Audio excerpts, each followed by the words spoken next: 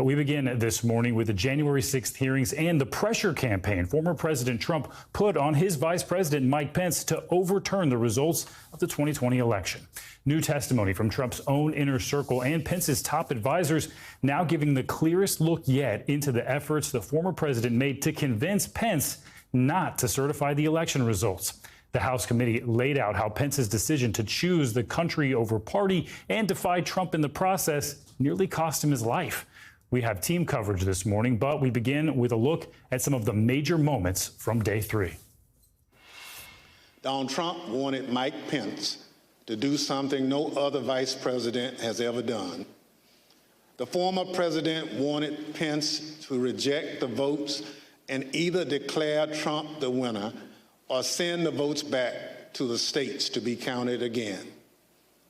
Mike Pence said no. When I entered the office the second time, he was on the telephone with who I later found out to be was the vice president. Could you hear the vice president or only hear the president's end? Only hear the president's end. And at some point it started off as a calmer tone and everything and then became heated. The conversation was pretty heated. I remember hearing the word wimp. Either he called him a wimp. I don't remember if he said, "You are a wimp, you'll be a wimp." Wimp is the word I remember. It's also been reported that the president said to the vice president that something to the effect of, "You don't have the courage to make a hard decision." Worse, I don't remember exactly either, but something like that, yeah. You're not tough enough to make the call. It was a different tone than I'd heard him take with the vice president before. Despite the fact that the vice president consistently told the president that he did not have and would not want the power to decide the outcome of the presidential election, Donald Trump continued to pressure the vice president, both publicly and privately. I hope Mike is going to do the right thing. I hope so. I hope so. Because if Mike Pence does the right thing, we win the election. All Vice President Pence has to do is send it back to the states. Then President Trump tweeted, "Mike Pence didn't have the courage to do what should have been done." Mike Pence has betrayed this president, and he has betrayed the people of the United States, and we will never, ever forget! Yeah! Noise from the rioters became audible. The Secret Service couldn't control the situation and do their job of keeping him safe. At 2:26 p.m., Secret Service rushed Vice President Pence down the stairs. Vice President Pence and his team ultimately were led to a secure location where they stayed for the next 4.5 hours, barely missing rioters a few feet away. Approximately 40 feet. That's all there was. 40 feet between the vice president and the mob. When we began, I asked how we got to this place. And I think the answer to that question starts with the fact that people in positions of power put their political party before their country. It cannot be allowed to continue. A lot of detail laid out there. Let's bring in NBC News Capitol Hill correspondent Ali Vitali. Ali, good morning to you. We heard a lot from Greg Jacob yesterday, who was one of Mike Pence's top advisors in the White House. What did he have to say about that pressure campaign on Pence? Yeah, good morning. It was a stunning moment of testimony as repeatedly this former top aide to the former vice president detailed the ways that they repeatedly knocked down attempts from Trump's inner circle to effectively overturn the election results. Pence saying that's not a power he believed he had, and it's not one that he would have wanted any vice president to have. Listen to what his top aide testified before the committee yesterday. The vice president's first instinct when he heard this theory was that there was no way that our framers, who abhorred concentrated power, who had broken away from the tyranny of George III, would ever have put one person, particularly not a person who had a direct interest in the outcome because they were on the ticket for the election, in a role to have decisive impact on the outcome of the election.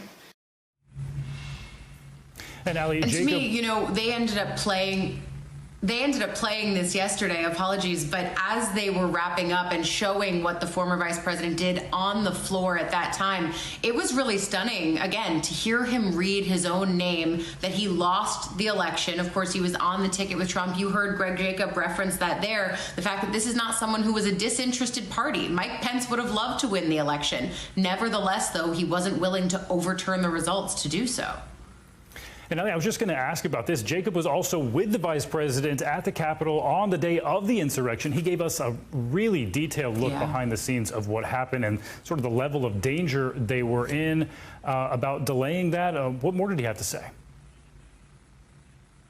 Yeah, we saw stunning new materials yesterday, photos of Vice President Pence as he was in a bunker, and even one point looking at a tweet that then President Trump had sent while Pence was in that bunker as things were unfolding at the Capitol here. That's a moment that everyone in the room, if they had been zoning out at all, they really perked back up, tuned in, eyes glued to the screen behind the dais as these committee members presented that new material. But of course, Greg Jacob, one of those who was, as you said, with the former vice president that day and was really able to bring us inside those moments. Here's more of what he told the committee.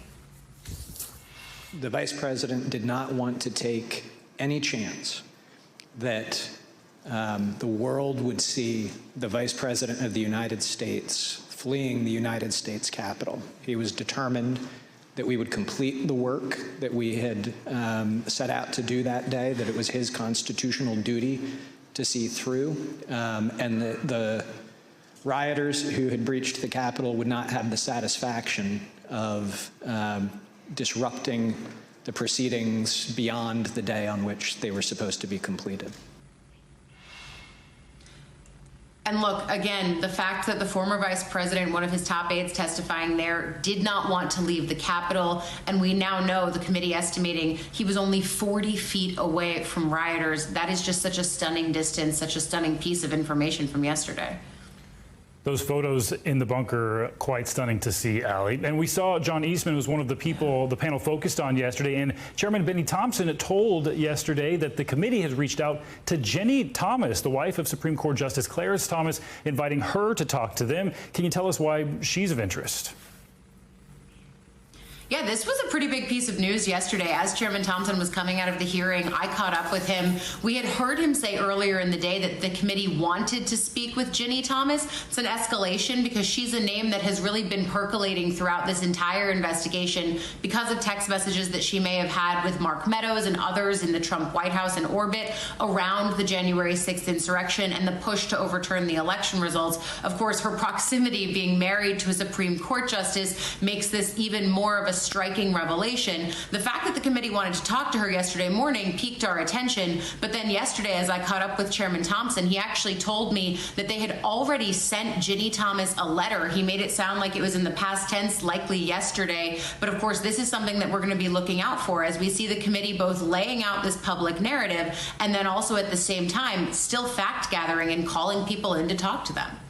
A big piece of news coming out yesterday. Allie, thanks so much for that. And for more on the potential legal fallout from yesterday's hearing, let's bring in NBC News legal analyst Danny Savallo. So, Danny, good morning. Thanks for joining us. Of course, they are trying to show in the committee pressure that Trump put on Pence leading up to January 6th. Do you think they were successful in showing that?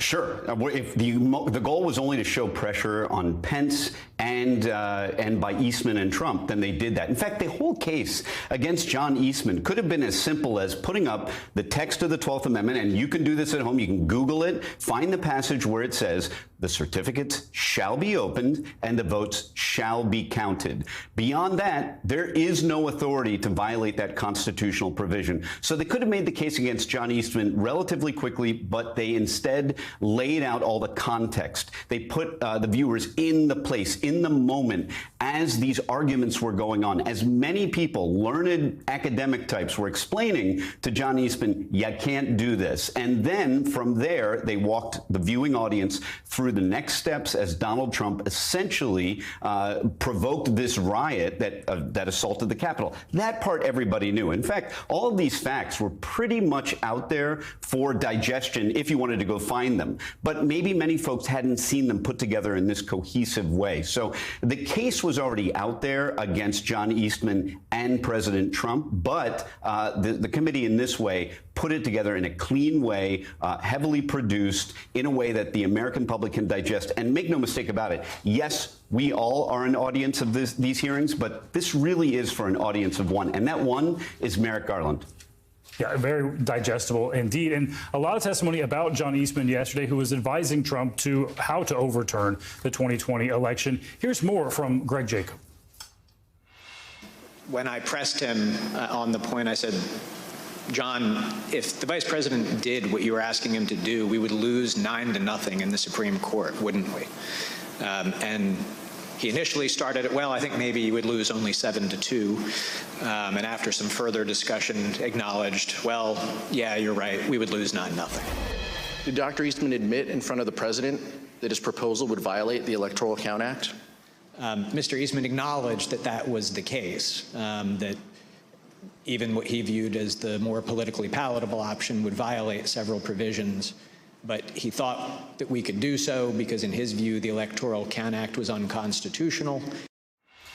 Okay, so we hear there the panel pointing out that Eastman admitted that the plan was unconstitutional to the president and that it wouldn't survive a SCOTUS challenge. What do you make of that? Yeah, there's your case against Eastman right there. Did he have a good faith basis for believing this theory of the law, or was he aware that his path was wrong? And that's the kind of evidence, direct testimonial evidence, that any prosecutor would use to show someone's intent, their knowledge that their course of action was wrong. Now, this is where it gets difficult, because can you impute the knowledge of Eastman to Trump's knowledge? Because Trump has done a pretty good job of essentially creating an aura of ignorance. He doesn't know any better, everybody says. Therefore, he can't be charged with knowing the complexities of the 12th Amendment or the Electoral Count Act. But in the law, in criminal law, there comes a point where willful blindness becomes a factor. You can't always prove that somebody knew what they were doing was wrong, but you can prove that they acted like an ostrich, they put their head in the sand, and they ignored what was right in front of their face. And that's what the committee knows it has to do. They're never going to get Trump admitting, hey, I knew this was wrong.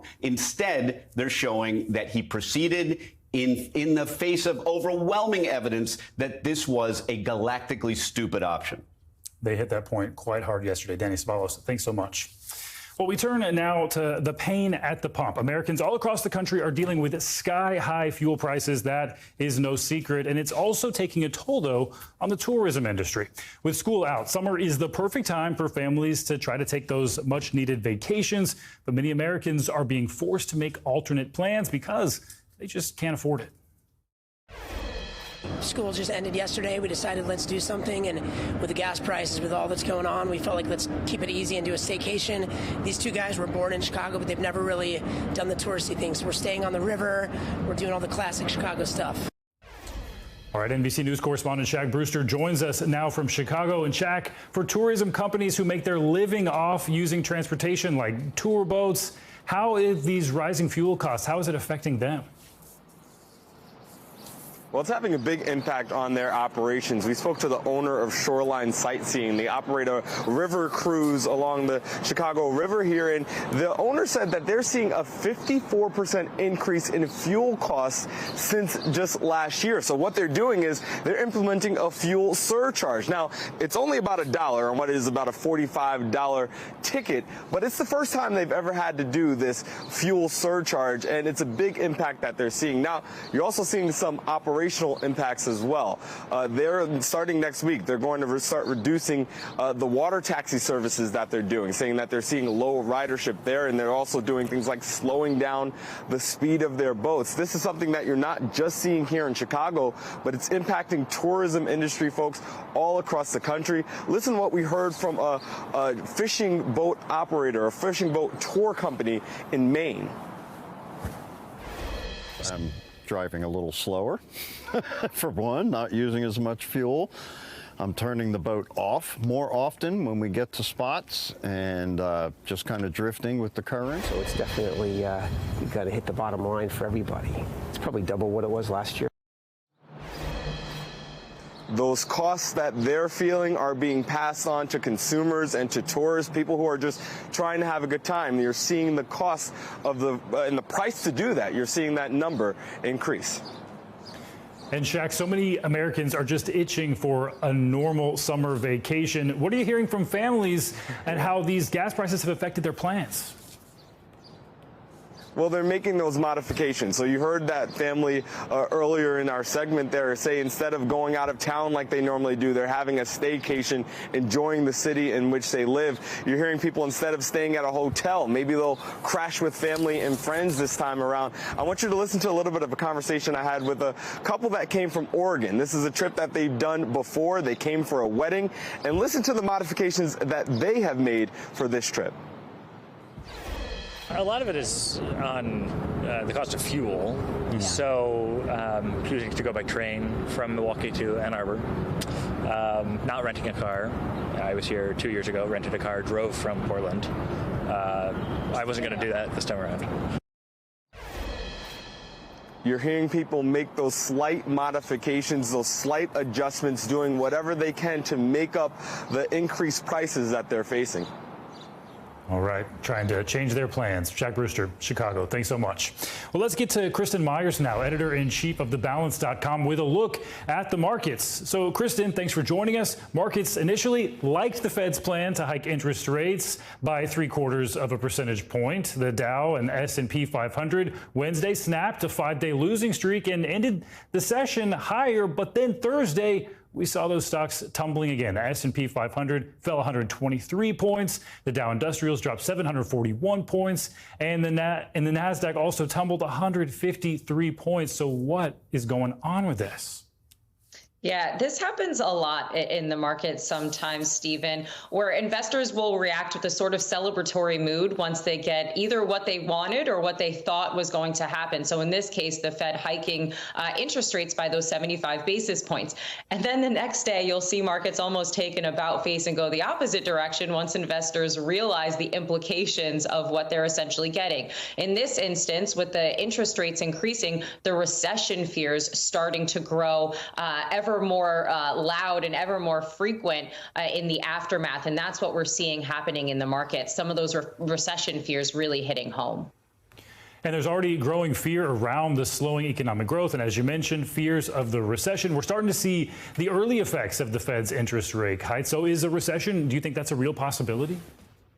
Yeah, I think it's just a matter of when, honestly. A lot of folks are saying a recession is definitely coming in 2023. When in 2023, of course, remains the big question. And it's not just a matter of when that recession might be coming, but also how long it is going to last. Just because there's going to be a recession, I think a lot of folks have some really bad memories, of course, back in 2008 and how long it took to recover from that recession. But just because there is a recession doesn't have to mean that the economic pain is going to last a very long time. So that's going to be the second biggest question after when that recession hits. How long is it going to last and how painful is it going to get?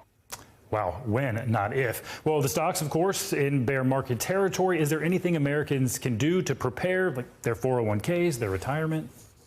Yeah, so this is not the time to panic. I would never say you should panic at any time, honestly. But just because the markets are very volatile right now does not mean that you should liquidate all of your assets. You really have to start asking yourself about your investment strategy and your financial goals and your retirement goals. And you also have to consider how old you are. So I'm going to start on the younger end here. If you are 30, 20 years away from your retirement, this is a time that you can actually start if you feel comfortable, if you have the emergency savings, of course, in the event of an economic downturn. This is a time that you can actually start perhaps putting a little bit more money. I know that might seem a little bit counterintuitive, but this is a good time for you to take advantage of any stocks that might be essentially right now on a discount, especially if you believe in their long-term potential. Investing is a long-term game here, and if you have a lot of time, then that means you have the ability to recover from some of these losses.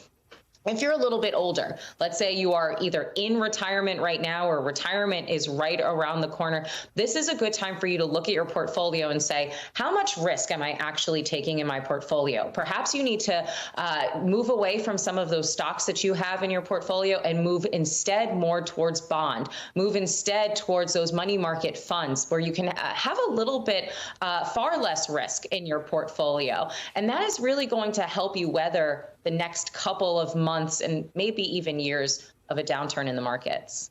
Try to mitigate that risk. Kristen Myers, thanks so much for that. All right. All right, we turn now to the tragedy in Alabama, where at least 2 people are dead after a lone gunman started shooting inside a church during a community potluck. Local police say they have a suspect in custody and are working to try to uncover a motive for that attack. Officials are expected to hold a press conference later today with more details on that shooting. NBC News correspondent Sam Brock joins us now from Festiva Hills, Alabama, with the latest. Sam, good morning to you. The country already on edge before this shooting happened. What are you hearing from people on the ground about this attack, and what are things like there right now?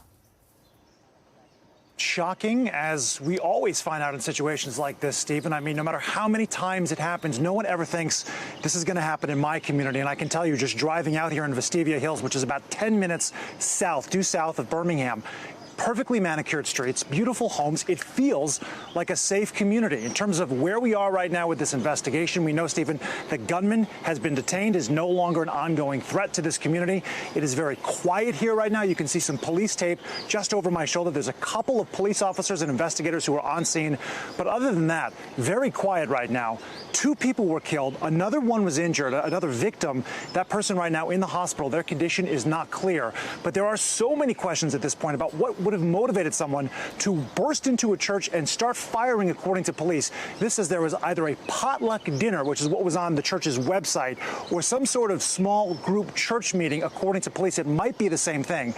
We're waiting for clarification of that. But the bottom line right now for this community, people are stumped. Here's some reaction from people who live right around the corner. Shocking and horrible. Like, just, I don't know, quite alarming that something like this would happen. You know, the tragedy a few weeks ago with the children and now churches, and yeah. I was shocked. I don't go to St. Stephen's, but I'm Episcopalian, and I know quite a few people that go there, and I was thinking about them. And I was going to avoid the area because I didn't want to cause any more chaos than there probably already is, but then I just got pulled here.